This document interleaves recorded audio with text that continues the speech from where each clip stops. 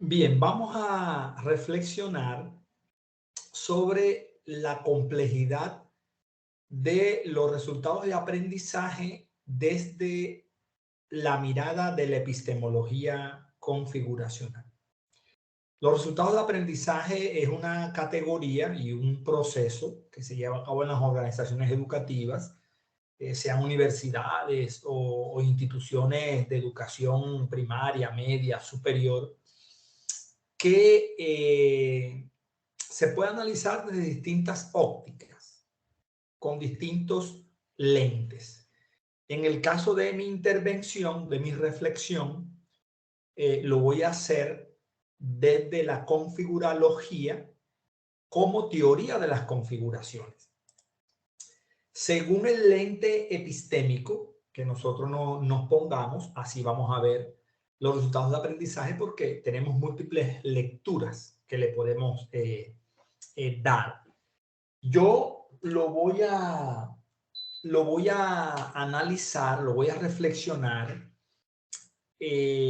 asumiendo los resultados de aprendizaje como configuraciones epistémicas.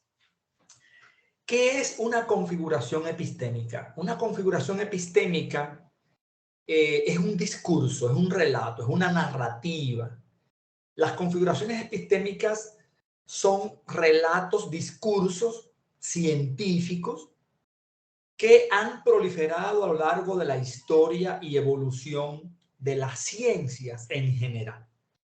Son en realidad relatos que describen la esencia y la naturaleza de determinados temas científicos. Las configuraciones epistémicas son narrativas, describen narrativas, hacen alusión a narrativas que caracterizan determinadas temáticas científicas abordadas por investigadores que forman parte de una comunidad científica, sea nacional o internacional. Las configuraciones epistémicas son constructos teóricos que entretejen nociones y conceptos que dan forma a las teorías científicas. Desde esa mirada, toda configuración epistémica está conformada por categorías científicas de determinada ciencia y a la vez ella en sí misma, la configuración epistémica, es una categoría científica. ¿Por qué comenzamos por aquí? Porque estoy asumiendo los resultados de aprendizaje como una categoría científica que se inscribe en el sistema categorial de las ciencias de la educación como una configuración epistémica. Entonces, los resultados de aprendizaje constituyen una configuración epistémica holística, sistémica y compleja. Ustedes saben que las ciencias de la educación están integradas por microconfiguraciones epistémicas y están integradas también por macroconfiguraciones epistémicas. Las microconfiguraciones epistémicas son categorías científicas simples, de un orden inferior de complejidad. Entonces, resultado de aprendizaje es una microconfiguración epistémica. Las macroconfiguraciones epistémicas son categorías científicas también complejas, pero tienen un orden superior de complejidad, las cuales integran múltiples microconfiguraciones epistémicas. Incluso algunas macroconfiguraciones epistémicas pueden ser consideradas en sí mismas ciencias, con determinada independencia, con determinada autonomía, con relativa independencia, solvencia y solidez. Por ejemplo, las ciencias de la educación entrelazan tres macroconfiguraciones epistémicas complejas muy visibles que son determinantes en la configuración epistémica de las ciencias de la educación en tanto ciencias. Y estas configuraciones epistémicas macro son la pedagogía, el currículo y la didáctica.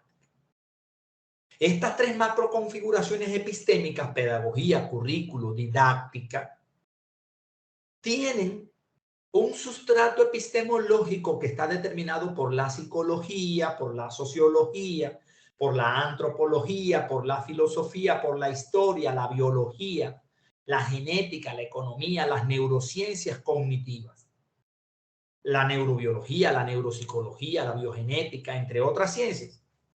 Entonces resulta que la categoría resultado de aprendizaje puede ser abordada desde la pedagogía, puede ser abordada desde el currículo, puede ser abordada desde la didáctica. Y ahí está el primer indicio y la primera razón de la complejidad de los resultados de aprendizaje, que no se puede mirar solamente desde un discurso, desde una práctica pedagógica, desde una teoría, sino desde múltiples teorías.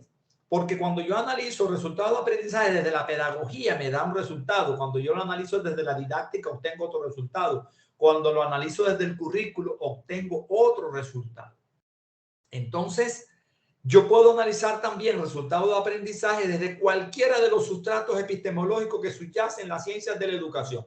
Lo puedo analizar desde la psicología, desde las neurociencias, desde la antropología, desde la sociología. Aquí en esta reflexión yo lo voy a analizar desde la pedagogía, desde el currículo y desde la didáctica como tres campos bien delimitados entre sí, pero relacionados en el caso concreto de las ciencias de la educación.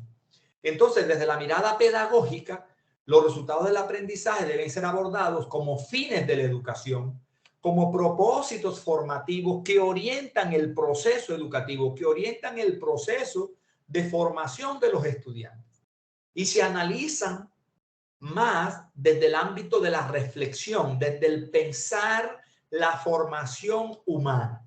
Eso es desde el ámbito de la pedagogía. Ahora, cuando yo analizo los resultados del aprendizaje desde la perspectiva curricular, estos entonces se inscriben en la organización del proceso educativo.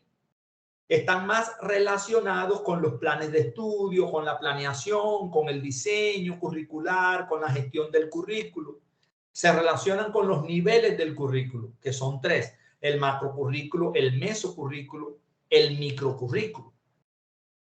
Entonces aquí los resultados de aprendizaje se redactan, se formulan en los documentos curriculares, y esta es otra razón para dar cuenta de la complejidad de los resultados del aprendizaje. No es lo mismo analizarlo desde el punto de vista pedagógico, que tiene que ver con la formación del ser humano, con el propósito, con la intención formativa, que analizarlo desde el punto de vista curricular, que tiene que ver con la organización del proceso educativo. Entonces ahí me interpela con el currículo, me sumerjo en el currículo y tengo que dar cuenta de los tres niveles curriculares: el macrocurrículo, el mesocurrículo, el microcurrículo, y entonces empiezo a redactar esos resultados del aprendizaje. Ahora bien, desde el ámbito didáctico, los resultados del aprendizaje se relacionan con los procesos de enseñar, aprender y evaluar. Y esta es otra razón importante para dar cuenta de la complejidad de los resultados del aprendizaje, porque en la didáctica, enseñar, aprender y evaluar constituyen una configuración triádica compleja, holística y sistémica. Porque en el enseñar emerge el aprender y el evaluar. No hay enseñanza sin aprendizaje y sin evaluación. Y en el aprender afloran también la enseñanza y la evaluación. No hay aprendizaje sin enseñanza y sin evaluación. Pero en la evaluación está inmerso también el enseñar y el aprender. Entonces, los resultados de aprendizaje desde el punto de vista didáctico, tengo que analizarlos en la interacción que se da entre el enseñar, el aprender y el evaluar. Y ahí un aspecto importante para develar la complejidad de los resultados del aprendizaje. Entonces, los resultados del aprendizaje se inscriben desde el punto de vista didáctico en la dimensión humana, están más relacionados con la persona, constituyen atributos y cualidades de los estudiantes. Entonces ya no tienen que ver con una simple redacción. Cuando yo reduzco el resultado del aprendizaje a una formulación, a una redacción en un documento, me estoy refiriendo a los resultados de aprendizaje desde el punto de vista del currículo. Pero cuando yo reflexiono sobre los propósitos, intenciones formativas relacionadas con los resultados del aprendizaje, entonces ahí ese análisis es pedagógico. Pero cuando yo voy a la clase, a la interacción entre el profesor y los estudiantes desde el punto de vista de los procesos de enseñanza, aprendizaje y evaluación, los procesos didácticos como tal, entonces ahí el resultado de aprendizaje tiene esta dimensión triádica y se inscribe en el microcurrículo, no es una simple redacción desde el punto de vista del currículo. Entonces, resultado de aprendizaje, recordemos que es uno de los pilares del proceso de Bolonia.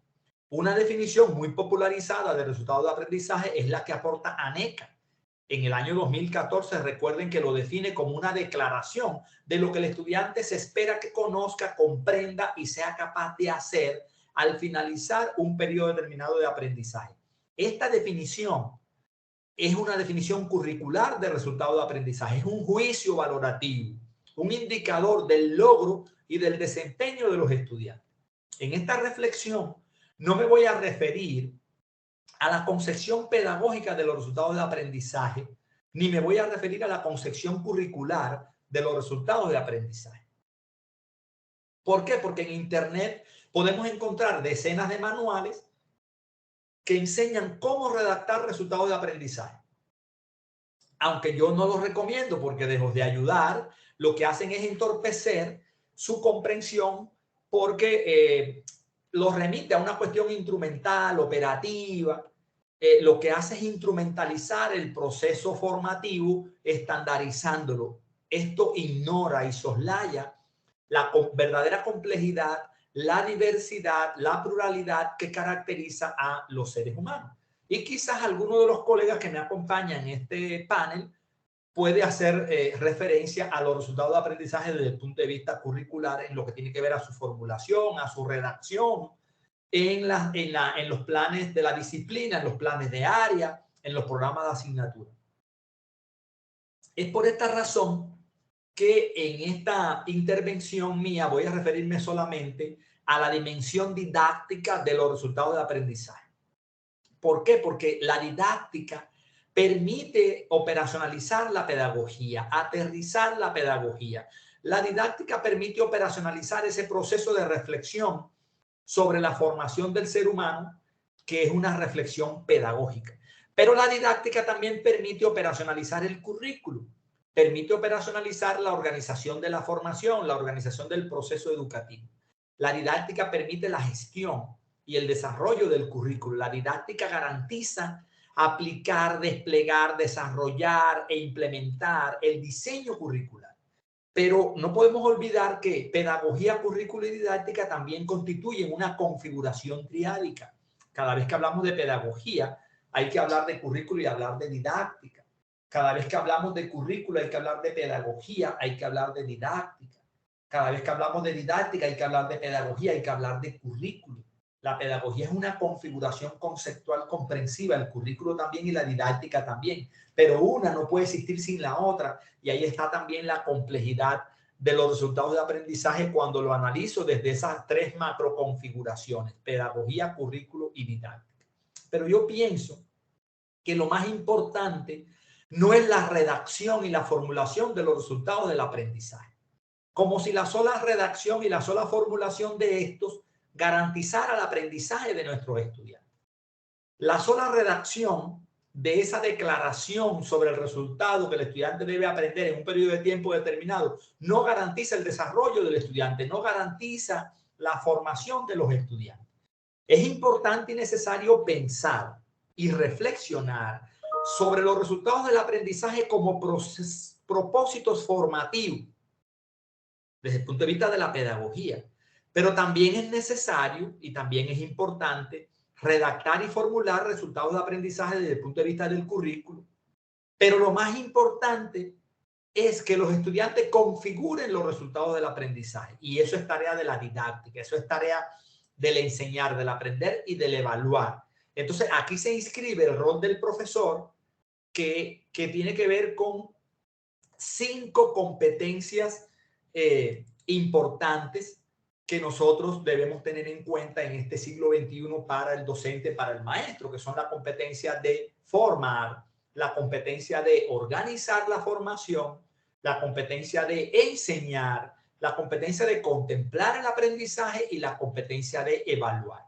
Yo sé que el Ministerio de Educación Nacional de Colombia habla de 3 competencias para la formación de los maestros, y hoy se le exige a las facultades de educación de todas las universidades del país que trabajen en los estudiantes, que estimulen, potencien y desarrollen en los estudiantes 3 competencias. La competencia de formar, enseñar y evaluar.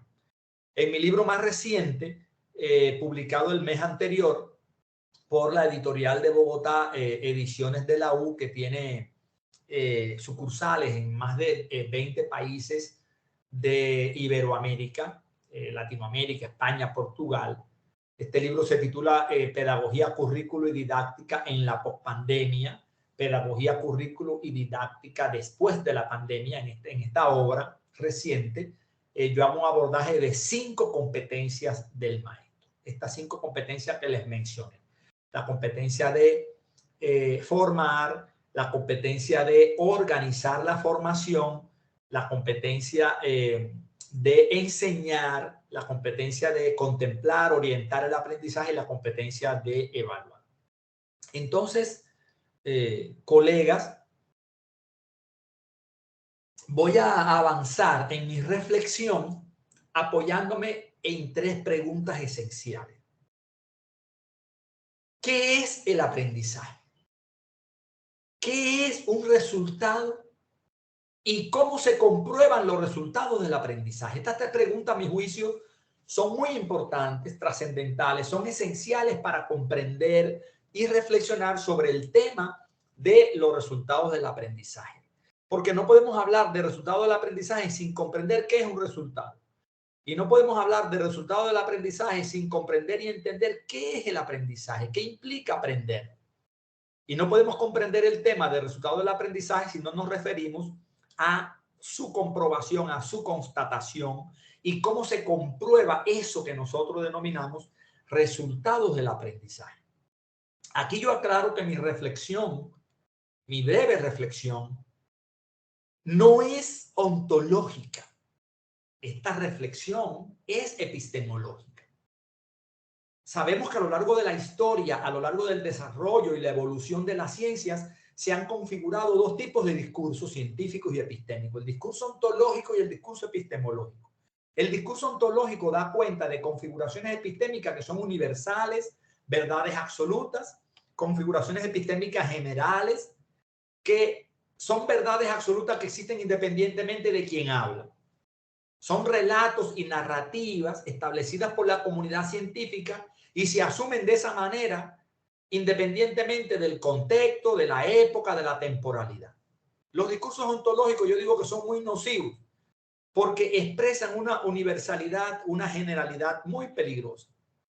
De hecho, los discursos ontológicos constituyen la base de las guerras, de las tensiones, de los conflictos insalvables en la humanidad. Aquí yo no pretendo ontologizar, no voy a cosificar, no voy a reificar la categoría resultado del aprendizaje como si fuese una cosa, como si fuese algo que existe independientemente del ser humano que habla y que reflexiona sobre ello. No voy a dar recetas. Lo que yo expreso no es una regla absoluta ni es una regla universal. Lo que yo digo no es lo que es. Solo es una mirada, una perspectiva epistemológica. Ustedes lo pueden tomar o dejar, lo pueden criticar, lo pueden cuestionar, lo pueden deconstruir, lo pueden resignificar, lo pueden reconfigurar o incluso, como solía decir Martin Heidegger, lo pueden destruir. O sea que mi discurso no es ontológico, mi discurso es epistemológico porque tiene que ver con mi sentipensar. Es una reflexión responsable, una reflexión comprometida sobre el resultado del aprendizaje, entendiendo que la comprensión de esta categoría siempre va a depender de quien habla. No es ontológica, sino que es epistemológica. Vayamos pues a estas 3 preguntas que convocan mi reflexionar desde mi sentipensar comprometido y responsable. ¿Qué es el aprendizaje? ¿Qué es un resultado? ¿Y cómo se comprueban los resultados del aprendizaje? ¿Qué es el aprendizaje? Bueno, el término aprendizaje proviene del latín aprenderé.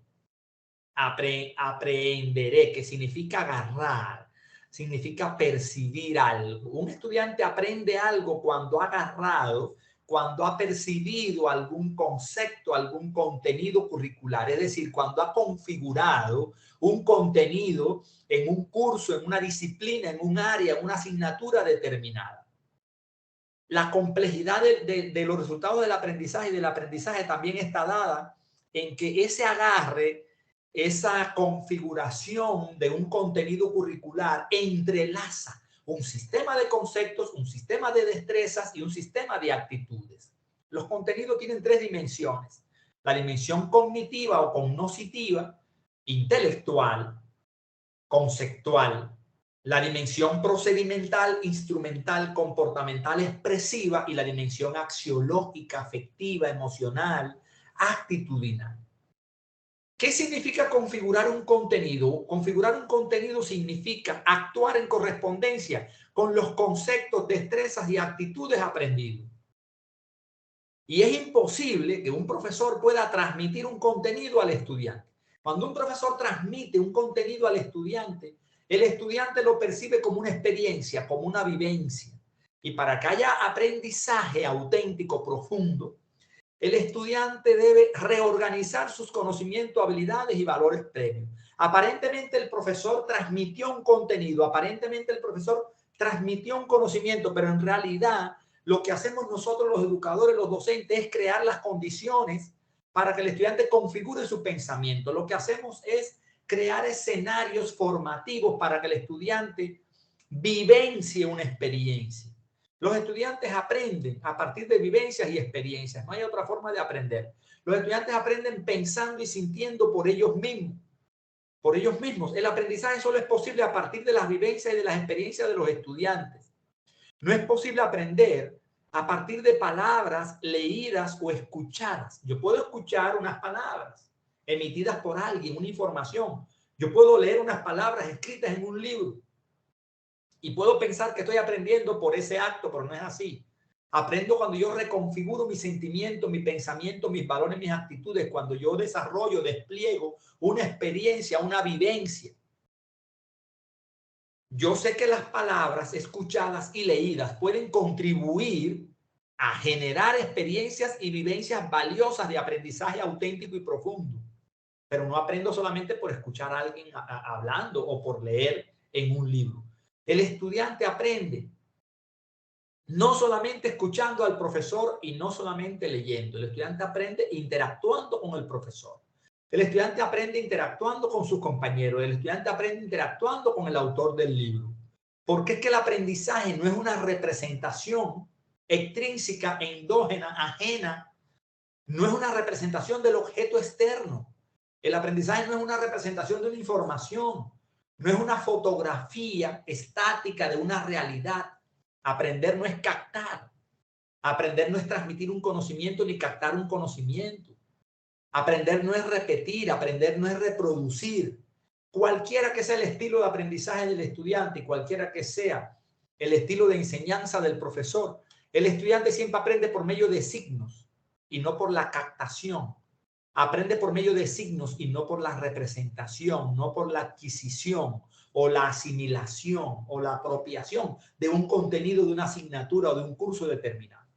Por eso es que yo defino el aprender como un proceso de configuración sígnica, un proceso de configuración sígnica lingüística que emerge mediante el lenguaje a través del entrelazamiento sistémico, holístico, dialéctico, complejo entre las emociones, los sentimientos, las vivencias, las experiencias y el conversar.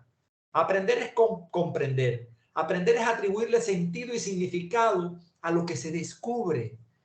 No hay verdadero aprendizaje sin descubrimiento. Por eso es que yo expreso a veces que todo aprendizaje es significativo, que tiene sentido, que tiene signo. Todo aprendizaje es por descubrimiento, todo aprendizaje se basa en la comprensión. De lo contrario, no es aprendizaje. Cuando un aprendizaje no es significativo, no es aprendizaje. Si el estudiante no comprende lo que observa, si el estudiante no descubre lo que observa, lo que lee, si el estudiante no comprende lo que escucha, no ha aprendido. Si el estudiante no dota de sentido, de significado, lo que escucha, lo que lee, la información con la que interactúa, entonces no hay aprendizaje. Ahora, aprender y saber no son lo mismo. Hay que tener en cuenta esto. Porque un estudiante puede saber algo y sin embargo no haberlo aprendido. Por ejemplo, un estudiante puede saber que 2 por 3 igual a 6. Pero si no comprende por qué 2 por 3 igual a 6, entonces no lo ha aprendido. Si 2 por 3 igual a 6 no tiene ningún sentido, ningún significado para el estudiante, entonces no lo aprende, no lo ha aprendido. Es importante reconocer que aprender y aprendizaje no son sinónimos. Aunque en nuestras biopraxis pedagógicas los utilizamos de manera indistinta, lo que hacemos es diluir la distinción que hay entre las dimensiones a las que corresponde cada uno. Porque el aprender es un acto indeterminado, inacabado, un proceso que siempre se está ejecutando. Siempre estamos en un proceso de aprender. El estudiante siempre está aprendiendo. No existe el aprendizaje cero, nulo, total o definitivo culminante. No existe el aprendizaje cero o nulo. Aprender es configurar experiencias por medio de signos a través del emocionar, del sentir y del conversar y del pensar. El aprender es un acontecimiento, es un devenir, es una afluencia. En cambio, el aprendizaje se analiza en el plano de la organización, de la configuración, como un resultado que puede ser juzgado, que puede ser valorado, que puede ser analizado. El aprendizaje es el final esperado de un proceso formativo. El aprendizaje es la capacidad que se configura en el aprender. Quiere decir, colegas, que aprender es el proceso y aprendizaje es el resultado. Y en todo aprendizaje hay una capacidad, en todo aprendizaje hay una vocación, en todo aprendizaje hay una competencia que entrelaza conocimiento, habilidades y valores, conceptos, destrezas y actitudes. La configuración cognitiva intelectual, la configuración afectiva emocional, la configuración expresiva praxeológica e instrumental. Por eso es tan evidente la complejidad del aprendizaje, porque tiene 3 dimensiones que forman una trama, que están entretejidas, entrelazadas entre sí. Quería hacer esa breve reflexión sobre el aprender y el aprendizaje. Para comprender mejor este tema, para profundizar mejor en este tema, vamos a referirnos al segundo interrogante. ¿Qué es un resultado? Yo asumo el resultado como la consecuencia del desarrollo de un proceso determinado. El resultado es el efecto de ejecutar determinado proceso. El resultado es la secuela del proceso, pero no es parte del proceso. Esto es muy importante significarlo y destacarlo. El resultado se deriva del proceso, pero no forma parte de este. Un resultado nunca es parte del proceso que le dio origen. Y a veces no comprendemos porque pensamos que el resultado está dentro del proceso, que el resultado forma parte del proceso. Pensamos que el proceso es lo general y el resultado es lo específico que está al interior, inmerso, inmanente o inherente al proceso, pero no es así. El resultado es una consecuencia que se deriva del proceso. Si yo me oriento al resultado del aprendizaje, nunca voy a ver el proceso formativo y me pierdo en ese gran bosque, no veo los árboles ni siquiera. Debemos concentrarnos en el proceso de aprendizaje y el resultado del aprendizaje es una consecuencia del proceso. El resultado se deriva del proceso, pero no forma parte de él. Ahora bien, yo tengo que reconocer que los resultados de cualquier proceso evaluativo, por ejemplo, no depende del estudiante que está siendo evaluado, sino del profesor y del instrumento evaluativo que se utiliza. Porque el profesor percibe una realidad en el estudiante, un aprendizaje en el estudiante, pero solamente el estudiante sabe realmente lo que está aprendiendo y cómo lo está aprendiendo. Yo sé que esto es muy difícil, muy complejo de explicar por mi parte, muy complejo de entender también por parte de ustedes cuando decimos que los resultados de un proceso evaluativo no depende de la persona que está siendo evaluada, sino del evaluador. ¿Cómo se comprueban los resultados del aprendizaje? Nuestra tercera y última pregunta. Hay que reconocer en esta pregunta, en primer lugar, que el estudiante cambia y se transforma conversando con el profesor. El estudiante aprende, cambia, modifica su conducta, se transforma conversando con sus compañeros. Por lo tanto, solamente el estudiante puede dar cuenta del aprendizaje real de él. Solamente el estudiante puede dar cuenta a profundidad de ese cambio de conducta, de ese aprendizaje. Es imposible que el profesor pueda dar cuenta del aprendizaje real del estudiante. El profesor lo que hace es aproximarse al resultado de aprendizaje del estudiante mediante sus propias percepciones y sus propias configuraciones cognitivas, intelectuales, afectivas, emocionales, axiológicas, actitudinales, expresivas, procedimentales, instrumentales. Por eso ahí está dada otra de las razones de la complejidad del aprendizaje y de los resultados del aprendizaje. Porque es imposible determinar con exactitud numérica cuánto conocimiento, cuántos conceptos, cuánta información, cuántas habilidades, destrezas, capacidades, competencias ha aprendido un estudiante en comparación con otro. Porque no podemos definir una unidad de medida del conocimiento o de la habilidad o de la destreza o de la capacidad o de la competencia. A mi juicio, este es un aspecto importante a tener en cuenta en los resultados del aprendizaje, que no tenemos en la complejidad de los resultados del aprendizaje. Está dada en que no tenemos una unidad de medida del aprendizaje. El aprendizaje no se puede medir. No se puede medir en los mismos términos en que medimos el espacio físico en centímetros, metros o kilómetros. Yo puedo ponderar un aprendizaje, pero no puedo medir el aprendizaje tal como mido este escritorio o como mido este estudio o esta pared o el techo o una carretera. ¿Cuál es la unidad de medida del aprendizaje? Yo puedo ponderarlo, puedo moderarlo, como decimos, por ejemplo, modera tus palabras.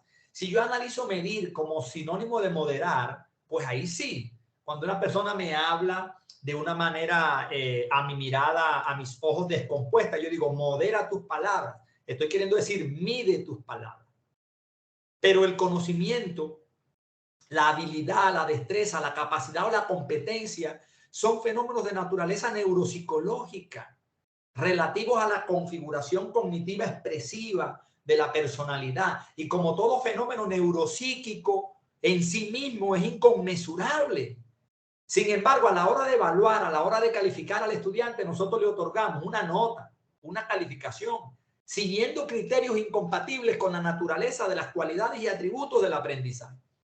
Cuando nosotros realizamos evaluaciones en torno a la calidad de una determinada actividad o un determinado conocimiento logrado por el estudiante, debemos valorar la funcionalidad, la pertinencia, la aplicabilidad de ese conocimiento, de la relevancia de ese conocimiento, la posibilidad que tiene el estudiante de generalizar un conocimiento, una habilidad, una destreza a otros conocimientos de distinto grado de complejidad. O sea, yo como profesor puedo comparar la actividad desarrollada por el estudiante con un perfil construido previamente. Y desde esa mirada yo sí puedo valorar el aprendizaje del estudiante, puedo valorar su desempeño. ¿Qué despliega el estudiante en su desempeño? Conocimiento, habilidades y valores. ¿Qué aprende un estudiante? Conceptos, destrezas y actitudes. Es decir, el estudiante en su proceso de aprender desarrolla una capacidad. El estudiante en su proceso de aprender desarrolla una competencia, configura una vocación. Por lo tanto, más que valorar el aprendizaje y los resultados del aprendizaje, lo que nosotros debemos valorar es el desarrollo del estudiante, el desarrollo de una capacidad, la configuración de una competencia, la configuración de su vocación, el desarrollo, la estimulación, la potenciación de capacidades, competencias observables en el desempeño del estudiante. ¿Por qué? Porque no hay desarrollo de capacidades y competencias sin el desarrollo de una actividad determinada. Entonces, en la actividad que el estudiante desarrolla, que debe ser una actividad heurística, porque no hay configuración de capacidades y competencias sin solución de problemas, entonces en esa actividad yo observo al estudiante o escucho al estudiante y puedo emitir un juicio de valor, hacer una valoración con relación a sus resultados, y esa valoración siempre va a estar determinada por mi estructura configurativa neuropsicológica, va a estar determinada por mis percepciones. El estudiante resuelve el problema en la actividad y en la comunicación, haciendo algo y diciendo algo. Entonces yo tengo que observar al estudiante haciendo algo, tengo que leer lo que hizo, tengo que leer lo que escribió, tengo que escucharlo hablando para poder evaluar su resultado de aprendizaje. Yo puedo valorar el dominio de un concepto, destreza, actitud del estudiante, y ese proceso es hermenéutico. Ese es un proceso exegético, interpretativo, es un proceso cualitativo, no es cuantitativo. Es por ello que yo no puedo medir los resultados del aprendizaje de los estudiantes mediante una escala. No los puedo medir mediante una escala. Por otro lado, el aprendizaje o el desarrollo humano no es lineal. El aprendizaje y el desarrollo humano no es lineal, no es secuencial. El aprendizaje y el desarrollo humano es configurativo, se va dando en forma de espiral, de manera espiralada. Hay momentos de avance, momentos de retroceso, momentos de estancamiento, de nuevo avanza, retrocede. El aprendizaje, el desarrollo humano es oscilántico, oscila como el vuelo de las mariposas, se va dando en forma de zigzag. Oscilántico es la palabra. Va hacia adelante, hacia atrás, a la izquierda, a la derecha, arriba, abajo, diagonal, oscilántico como el vuelo de las mariposas. Así se va dando el aprendizaje y el desarrollo humano. Por eso es su complejidad, por su carácter espiralado, por su carácter oscilántico. En realidad lo que nosotros evaluamos no es lo que el estudiante aprendió. Lo que nosotros evaluamos no es el resultado del aprendizaje del estudiante. En términos de capacidad, en términos de competencia, eso es imposible. Lo que nosotros evaluamos, escúchenme bien, es la percepción que tenemos sobre la actividad desarrollada por el estudiante. Evaluamos la percepción que tenemos nosotros sobre la actividad que él desarrolló. Al evaluar a un estudiante nos estamos evaluando a nosotros mismos. Por eso la complejidad de los resultados del aprendizaje. Y esa percepción que nosotros tenemos sobre los resultados del aprendizaje de los estudiantes, la hemos configurado a partir de observar, a partir de escuchar lo que el estudiante hace y dice. Pero no hay forma de saber lo que otra persona sabe. ¿Cómo yo puedo saber lo que otra persona sabe? Eso es imposible. Ahí está la verdadera complejidad en los resultados del aprendizaje. Solamente el estudiante sabe lo que él sabe. Solamente el estudiante sabe lo que él ha aprendido. Solamente el estudiante sabe los resultados que él ha obtenido en su aprendizaje y cómo lo ha aprendido. Y lo más que puede hacer el profesor es evaluar su propia apreciación sobre el resultado de aprendizaje del estudiante. Lo más que yo hago es evaluar mi propia percepción, mi propia apreciación sobre los resultados de aprendizaje de mis estudiantes. Es por esa razón que la evaluación y la calificación, colegas, siempre son subjetivas. Es imposible que la evaluación y la calificación sean objetivas. Porque los estudiantes no son objetos, son sujetos. Y porque el profesor no es un objeto, es un sujeto dotado de subjetividad. La subjetividad tiene que ver con todas las particularidades, características de la personalidad de una persona. No existe persona humana sin subjetividad. Es importante que el estudiante sepa esto, que sepa que su resultado en una evaluación en cierta medida no es objetivo y no depende de él. Pues depende de él en tanto de que él tiene que estudiar en los procesos evaluativos, pero depende más del profesor, de la percepción que tiene el profesor. Es importante que el estudiante sepa que el resultado en una evaluación que le hagan a él no depende totalmente de él, sino de la percepción que tenga el profesor. Por eso cuando varios profesores en un jurado, por ejemplo, de tesis de maestría, de tesis de doctorado, de trabajos de grado, en pregrado, como tenemos un jurado de 3 personas, 4 personas, 5 personas, no todos observan de la misma manera el resultado del aprendizaje de la persona que está siendo evaluada. Si el resultado del aprendizaje dependiera de la persona que aprende y de la persona que está siendo evaluada, entonces todas las personas que observan a una persona actuando o escuchan a un estudiante explicando un resultado o resolviendo un problema, todas las evaluaciones fueran iguales y todas las calificaciones fueran iguales. Eso es ontología. Por eso los resultados evaluativos son epistemológicos, no son ontológicos. Y por eso es que decimos que los resultados evaluativos de una persona que está siendo evaluada no dependen del sujeto evaluado, sino del evaluador. En fin, finalmente quiero comentar, para terminar esta breve reflexión, que los resultados del aprendizaje no son ontológicos, sino epistemológicos. Ya lo habíamos dicho. Es decir, los resultados del aprendizaje no existen de manera independiente al evaluador como una cosa externa, exacta y estándar para todos los observadores. Es el profesor observador quien determina los resultados del aprendizaje de sus estudiantes desde el punto de vista epistemológico. Y la única forma de objetivizar o de objetivar la evaluación es mediante la intersubjetividad. Es decir, a través de la heteroevaluación, de la autoevaluación, de la interevaluación o de la coevaluación. Y aún así, cuando varios profesores evalúan a un mismo estudiante, que así es como debería ser, varios profesores de una misma asignatura evaluando a los estudiantes, aún así la valoración realizada sobre el resultado del aprendizaje no será exacta, sino que va a ser siempre aproximativa. Pero los estudiantes también deben autoevaluarse y evaluarse unos a otros, heteroevaluación, coevaluación, autoevaluación, interevaluación, pero siempre va a ser aproximativa, nunca va a ser exacta. La evaluación nunca va a ser objetiva, siempre va a ser subjetiva. La intersubjetividad, colega, lo que hace es contribuir, nada más, contribuir a disminuir, a mitigar, a atenuar el exceso de subjetividad. Cuando el profesor es el único que valora los resultados del aprendizaje de los estudiantes, hay exceso de subjetividad. Pero la subjetividad nunca se elimina totalmente. Entonces, quiero terminar esta reflexión con esta idea para pasar a un proceso de debate, a un proceso de conversar, de preguntas y respuestas, que estoy seguro que ustedes van a tener muchas preguntas y van a salir de aquí con más dudas que soluciones. Si logré eso, pues se cumplió el objetivo de esta breve reflexión. Muchas gracias. Chao.